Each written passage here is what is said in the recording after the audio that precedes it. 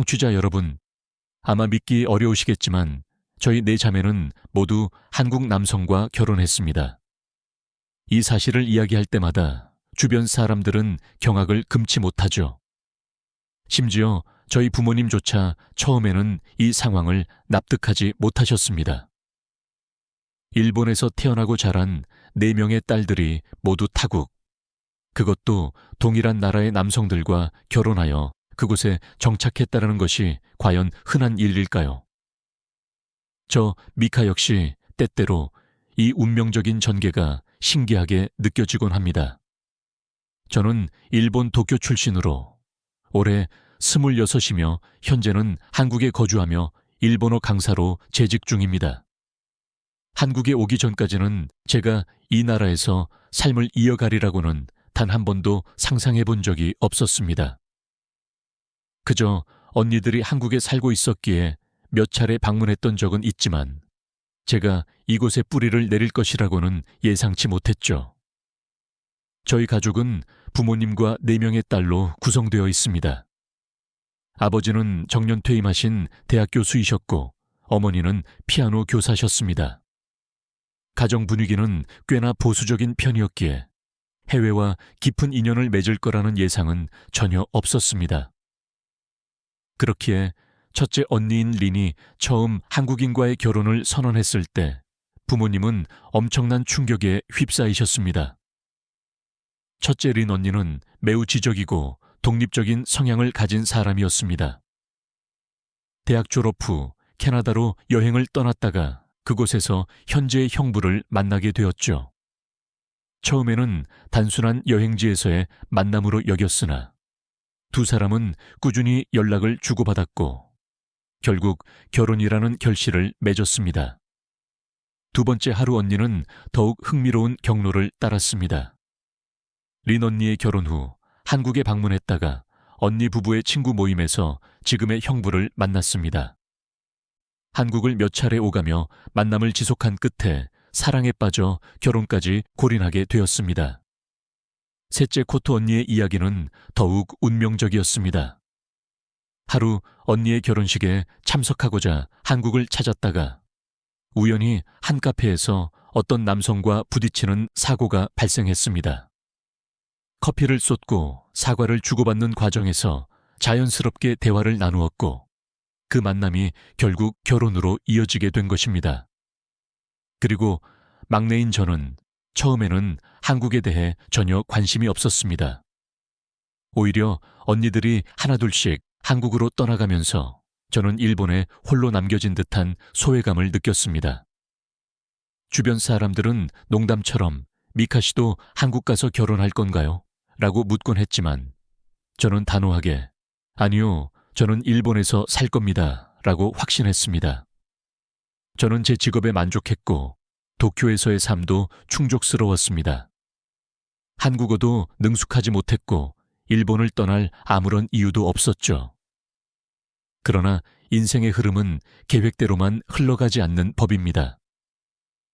이 모든 변화는 언니들의 결혼 생활을 직접 확인하기 위해 한국에 방문하면서 시작되었습니다. 잠시 여러분께 안내드립니다. 여러분의 구독과 좋아요, 알림 설정은 제가 더 좋은 콘텐츠를 제작할 수 있는 가장 큰 원동력이 됩니다. 진심이 담긴 클릭 한 번으로 저에게 큰 힘을 실어주시길 부탁드립니다. 그때 저는 단지 2주만 머물다 돌아갈 생각이었습니다. 큰 기대 없이 가벼운 마음으로 떠난 여행이었죠. 한국이 어떤 나라인지, 언니들이 왜 그곳을 택했는지 궁금하긴 했지만 나도 한국에서 살고 싶다는 생각은 털끝만큼도 없었습니다. 하지만 그 2주가 제 인생의 항로를 완전히 바꾸어 놓을 줄은 꿈에도 몰랐습니다.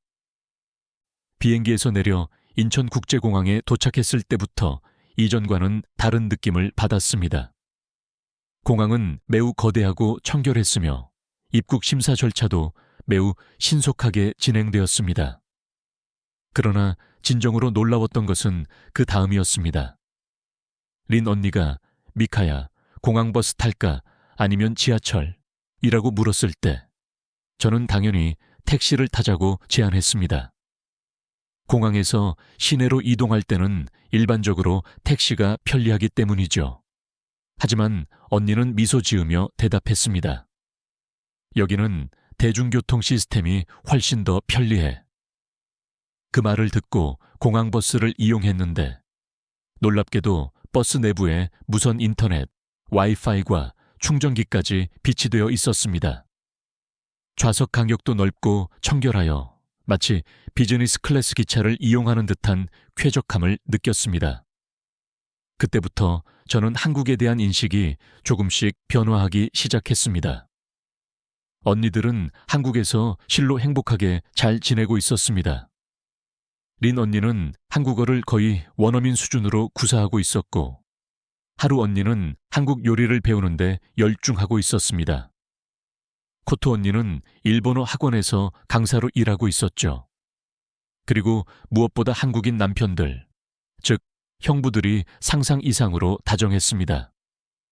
형부들은 직접 요리를 준비하거나 저를 극진히 환영해 주었고, 언니들과 자연스럽게 손을 잡고 다니는 등 일본에서 흔히 보던 남편들의 모습과는 확연히 달랐습니다.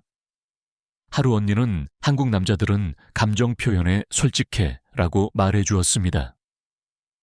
일본 남성들이 감정을 내면에 담아두는 경향이 있는 반면 한국 남성들은 사랑한다는 말을 자주 표현하고 스킨십에도 자연스러우며 연인이나 가족을 위해 무언가를 해주는 것에 아낌이 없다는 것이었습니다. 그 말을 듣고 보니 정말 그러했습니다. 형부들이 언니들에게 보이는 행동을 보면서 처음에는 다소 놀랐습니다. 일본에서는 공공장소에서 애정 표현을 삼가는 편이지만 한국에서는 길거리에서도 손을 잡거나 팔짱을 끼고 걷는 모습이 아주 흔했기 때문입니다. 그렇게 한국에서의 첫 일주일이 흘러갔고 저는 생각했습니다. 확실히 한국은 좋은 나라다. 하지만 나는 그저 여행자로서 경험하는 것으로 만족해야겠다. 그러나 바로 그때 저는 그 사람 지훈을 만나게 됩니다. 운명은 이렇듯 사소한 우연 속에서 시작되는 법이죠. 한국에 머무는 동안 저는 3명의 형부들과 자연스럽게 함께하는 시간이 많아졌습니다. 처음에는 단순히 언니들을 통해 알게 된 사람들이었지만 시간이 흐르면서 그들이 얼마나 다정하고 배려심 깊은 사람들인지 깨닫게 되었습니다. 첫째 린 언니의 남편은 사업을 하면서도 항상 린 언니를 최우선으로 챙겼습니다. 매일 아침 직접 커피를 내려주는 것은 기본이었고 언니가 좋아하는 디저트를 일부러 사오는 일도 잦았습니다. 어느 날 저는 형부가 린 언니에게 보낸 짧은 문자 메시지를 우연히 보게 되었습니다. 오늘 하루도 고생 많았어. 항상 사랑해. 린 언니는 그 문자를 보고 아무렇지도 않게 웃었지만 저는 적잖이 놀랐습니다. 일본에서는 부부 사이에서 이렇게 자주 감정을 표현하는 일이 흔치 않았고 특히 문자 메시지로 사랑이라는 단어를 매일 주고받는 것은 일본 남성들에게 매우 드문 일이었습니다. 둘째 하루 언니의 남편은 가사 분담에 매우 적극적이었습니다. 그는 주말이면 자발적으로 청소를 했고 저녁에는 아이들을 씻기고 잠자리에 들게 했습니다. 저는 그 광경을 보고 깜짝 놀라 형부에게 물었습니다. 형부는 집안일도 모두 다 하시네요. 형부는 너무도 당연하다는 듯 그럼요. 같이 사는 집인데 당연히 해야죠. 라고 대답했고 저는 순간 말문이 막혔습니다. 일본에서는 여전히 집안일을 여성의 몫으로 여기는 경우가 많았기에 이처럼 가정적인 남편의 모습은 저에게 신선한 충격으로 다가왔습니다. 셋째 코토 언니의 남편 역시 마찬가지였습니다. 퇴근 후 피곤할 법도 했지만 그는 늘 코토 언니와 함께 시간을 보내려 노력했습니다. 아이가 태어나기 전에는 두 사람이 손을 잡고 산책을 나가거나 주말 데이트를 즐기기도 했습니다. 일본에서는 결혼 후 시간이 지나면 부부간의 데이트가 점차 줄어드는 것이 일반적이었는데 이들은 여전히 연애하는 것처럼 서로를 배려하고 챙겼습니다. 이런 모습을 가까이서 관찰하면서 저는 점점 제 생각을 바꾸게 되었습니다. 한국 남자들은 정말 다정하구나. 저는 형부들이 언니들에게 보여주는 다정함과 깊은 배려심에 감탄을 금치 못했습니다. 그리고 문득 이런 의문이 들었습니다. 나도 한국에서 결혼하면 저렇게 행복할 수 있을까? 사실 저는 일본에서 연애 경험은 있었지만 결혼까지 심각하게 고려해 본 적은 없었습니다. 하지만 한국에서 언니들의 행복한 결혼 생활을 직접 목격하고 나니 저도 이와 같은 화목한 가정을 꾸리고 싶다는 열망이 생기기 시작했습니다. 그러던 어느 날, 저는 코토 형부와 단둘이 대화를 나눌 기회가 있었습니다. 형부는 저에게 조용히 물었습니다. 미카, 한국 생활은 어때? 정말 좋아요. 처음에는 언니들이 모두 한국에 사는 게 신기했는데, 이제는 그 이유를 알 것 같아요. 라고 답하자, 형부는 장난스럽게 웃으며, 하하, 한국 남자들 매력 있지. 라고 말했습니다. 저는 멋쩍게 웃으며 고개를 끄덕였고, 그 순간 오랫동안 고민해왔던 말을 무심결에 내뱉었습니다. 형부, 혹시 좋은 분 있으면 소개 좀 시켜주세요. 형부는 잠시 놀란 표정을 짓더니 이내 환하게 웃었습니다. 정말? 미카가 한국에서 결혼하고 싶다고? 저는 언니들의 모습을 보니 저도 한국에서 정착하고 싶어졌다고 솔직하게 말했습니다. 형부는 잠시 곰곰이 생각하더니 좋은 사람 한 명을 알고 있다고 했습니다.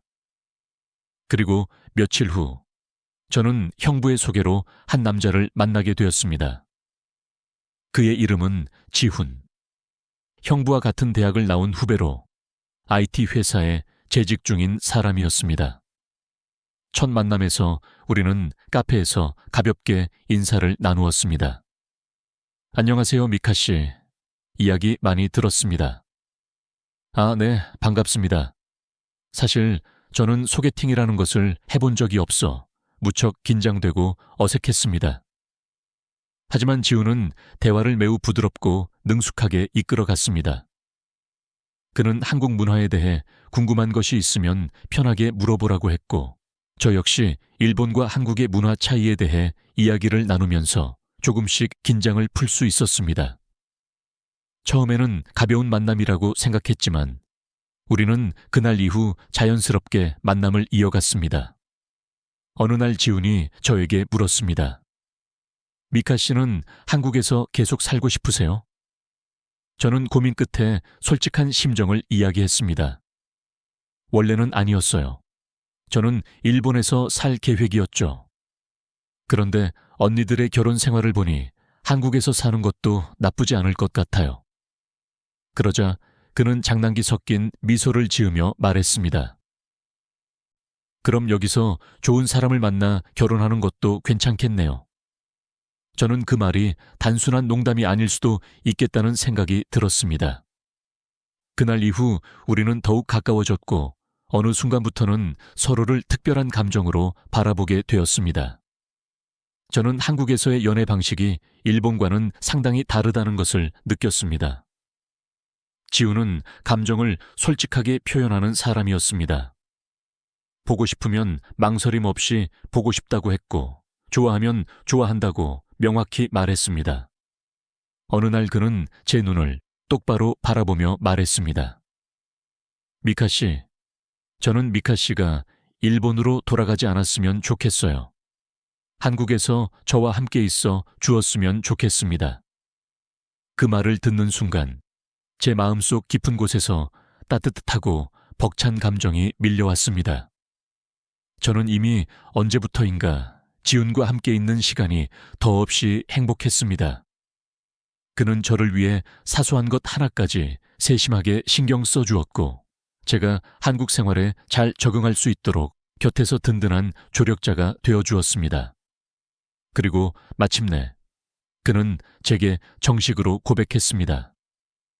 미카 씨, 우리 진지하게 교제해 볼까요? 그 순간 저는 확신했습니다. 네, 그렇게 우리는 연인이 되었습니다. 언니들이 한국에서 사랑을 찾았던 것처럼 저 역시 이곳에서 제 운명을 만난 것이었습니다. 저는 이제 한국을 단순히 잠시 머무는 곳이 아니라 저의 새로운 삶이 시작될 터전이라고 생각하기 시작했습니다. 지훈과 연인이 된 후 한국에서의 생활은 더욱 특별하게 느껴졌습니다. 이제 한국은 단순한 여행지가 아닌 제가 사랑하는 사람이 존재하는 곳이 되었으니까요. 우리는 자주 함께 시간을 보냈습니다. 주말에는 한강을 거닐며 산책하고 저녁에는 맛있는 음식을 찾아다녔습니다. 지훈은 한국의 다채로운 문화를 저에게 소개해 주었고 저는 한국어를 배우며 이곳에 더욱 깊이 동화되려 노력했습니다. 그는 일본과 한국의 문화적 차이에 대해 궁금해했고 저는 일본에서의 연애 문화와 생활 방식을 이야기해 주었습니다. 저는 일본에서는 연인끼리도 감정을 표현하는데 한국보다는 조금 더 신중한 편이에요 라고 설명했습니다. 지훈은 맞아요. 저도 일본 출장 갔을 때 느꼈는데 미카 씨는 이제 한국 방식에 익숙해진 것 같네요 라고 말했고 저는 어느새 자연스럽게 그의 손을 잡고 있었습니다. 한국에 오기 전에는 이러한 행동이 익숙하지 않았지만 지금은 오히려 따뜻하고 편안하게 느껴졌습니다. 그러나 마냥 행복한 순간만 계속되지는 않았습니다. 작은 문화적 갈등이 찾아왔죠. 어느 날 지훈과 저녁 식사를 마친 후 카페에 갔을 때였습니다. 저는 주문을 하려고 카운터 앞에 섰고 지훈은 제 뒤에서 지켜보고 있었습니다. 제가 아메리카노와 녹차 라떼를 주문하고 총 9,000원이라는 금액을 확인했을 때 저는 습관처럼 지갑을 꺼내 결제하려 했지만 지훈이 손을 내밀어 저를 가로막았습니다. 제가 계산할게요. 아니에요. 오늘은 제가 낼게요. 일본에서는 데이트 비용을 서로 나누어 지불하는 것이 자연스러운 문화였기에 저는 아무렇지도 않게 말했습니다. 하지만 지훈은 고개를 저으며 단호하게 말했습니다. 아니요, 저는 남자가 부담해야 한다고 생각해요. 저는 순간 당황했습니다. 왜요? 우리 둘 다 일하는데 제가 내도 괜찮잖아요. 그는 그렇긴 하지만 그래도 남자가 여자에게 대접해야 한다고 생각합니다 라고 답했습니다. 저는 그 말이 쉽사리 이해되지 않았습니다. 지금까지 한국 남자들의 다정함에 감탄했지만 이 부분은 저의 사고방식과 달랐습니다. 저는 오히려 남자가 계속 내면 미안한데 그럼 다음에 미카 씨가 맛있는 거 사줘요. 이번에는 제가 낼게요 라고 제안했습니다. 결국 지훈이 계산했지만 저는 그날 이후 한국과 일본의 연애 문화 차이에 대해 다시금 깊이 숙고하게 되었습니다. 이뿐만이 아니었습니다. 지훈과 교제하면서 저는 몇 가지 새로운 문화 차이를 더 경험하게 되었죠. 어느 날 우리는 지훈의 가족을 만나기로 했습니다. 한국에서는 연인 관계가 진전되면 상대방의 가족을 비교적 빨리 만나는 경우가 많다는 것을 알고 있었지만 막상 제 차례가 되니 매우 긴장되었습니다. 지훈은 우리 부모님은 정말 좋으신 분들이야. 너무 부담 갖지 말고 그냥 편하게 이야기하면 돼. 라고 저를 안심시켰습니다.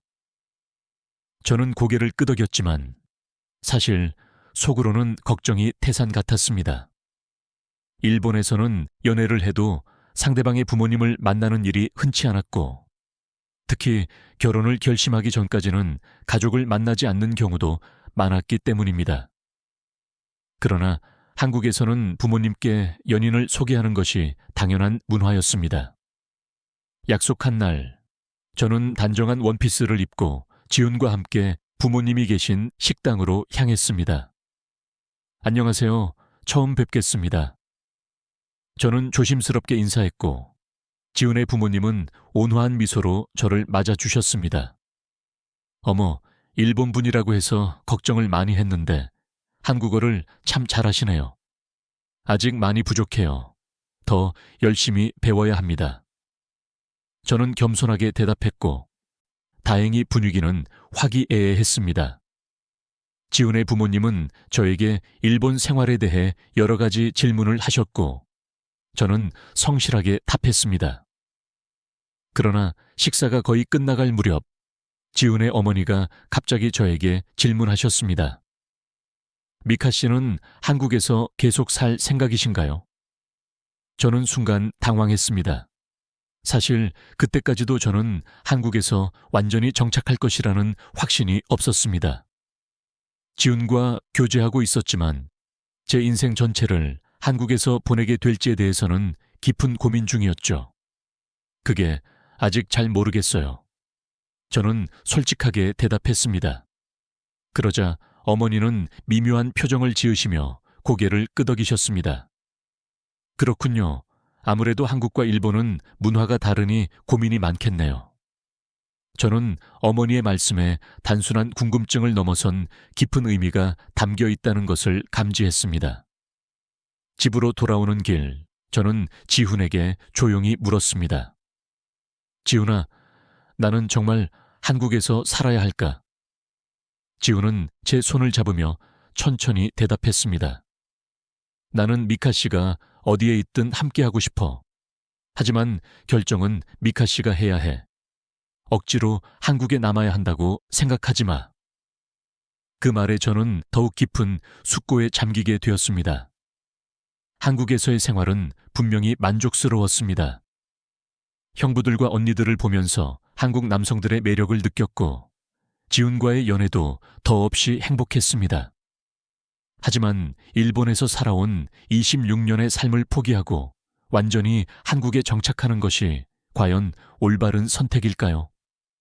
며칠 동안 심각하게 고민하던 저는 문득 한 가지 중요한 사실을 깨달았습니다. 나는 이미 한국에서의 삶을 즐기고 있잖아. 저는 한국에서 새로운 친구들을 사귀었고 새로운 문화를 배우면서 매일 즐거움을 느끼고 있었습니다. 언니들의 행복한 모습을 보면서 저도 이런 삶을 살고 싶다고 염원했고 지훈과 함께 있는 시간은 무엇보다 소중했습니다. 결국 저는 마음을 정했습니다. 어느 저녁 지훈과 함께 한강변을 걷고 있을 때 저는 조용히 입을 열었습니다. 지훈아, 나 한국에서 살고 싶어. 지훈은 순간 놀란 표정을 지었지만 이내 환하게 웃으며 제 손을 꽉 잡았습니다. 정말? 후회 안 할 거야? 응. 나 이미 한국에서의 생활이 너무 좋아졌어. 그리고 저는 지훈을 바라보며 말했습니다. 내가 여기에 있으니까. 그 순간 지훈은 제 어깨를 감싸 안았습니다. 한강의 시원한 강바람이 살짝 불어왔고 저는 그의 품에서 따뜻하고 흔들림 없는 안정감을 느꼈습니다. 그날 이후 저는 진심으로 한국에서 새로운 삶을 시작하기로 결심했습니다. 한국에서의 생활이 너무나 즐겁고 지훈과 함께하는 시간이 행복했지만 정해진 체류 일정이 끝나가면서 저는 잠시 일본으로 돌아가야 했습니다. 처음에는 단순한 여행이었지만 한국에서 보낸 시간은 제게 인생의 중대한 변화를 가져왔습니다. 그리고 이제 부모님께 저의 결혼 소식을 전해야 했습니다. 비행기 안에서 저는 계속 고민에 빠졌습니다. 부모님께서 어떤 반응을 보이실지 충분히 예상되었기 때문입니다. 언니들이 하나둘씩 한국에서 결혼했을 때도 부모님은 크게 서운해 하셨습니다. 특히 막내인 저만큼은 일본에 남아주길 바라는 마음이 크셨죠. 어떻게 말씀드려야 할까?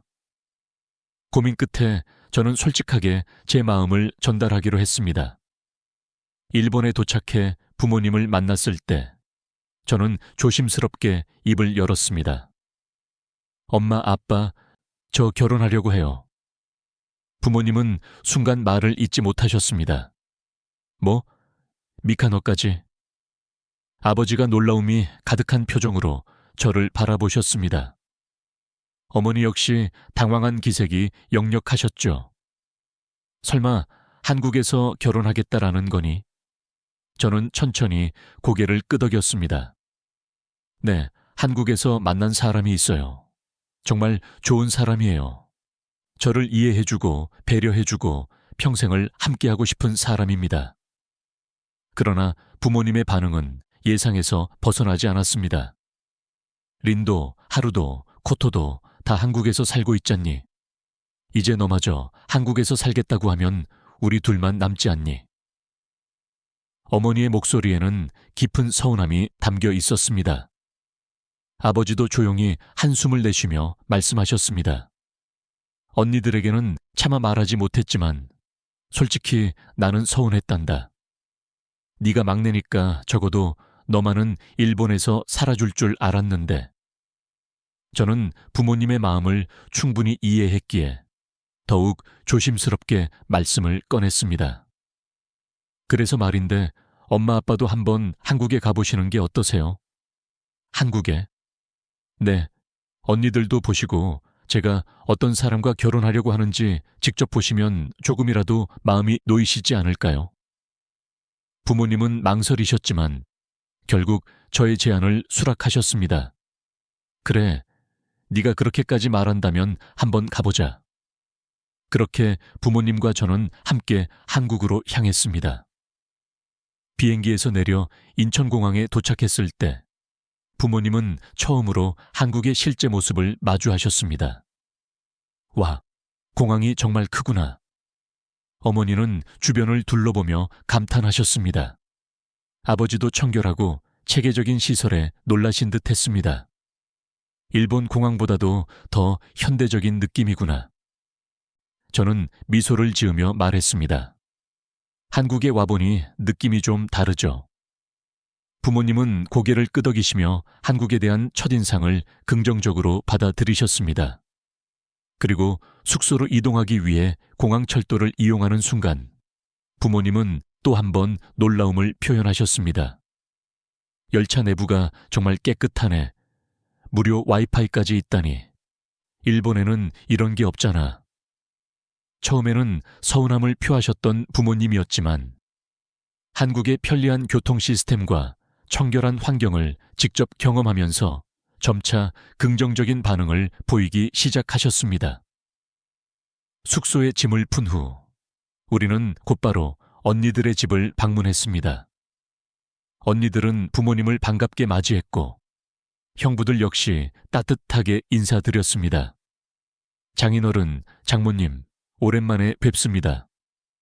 형부들은 정성껏 준비한 요리를 내놓으며 부모님을 대접했습니다. 이걸 직접 요리했다고? 아버지는 놀라며 물으셨습니다.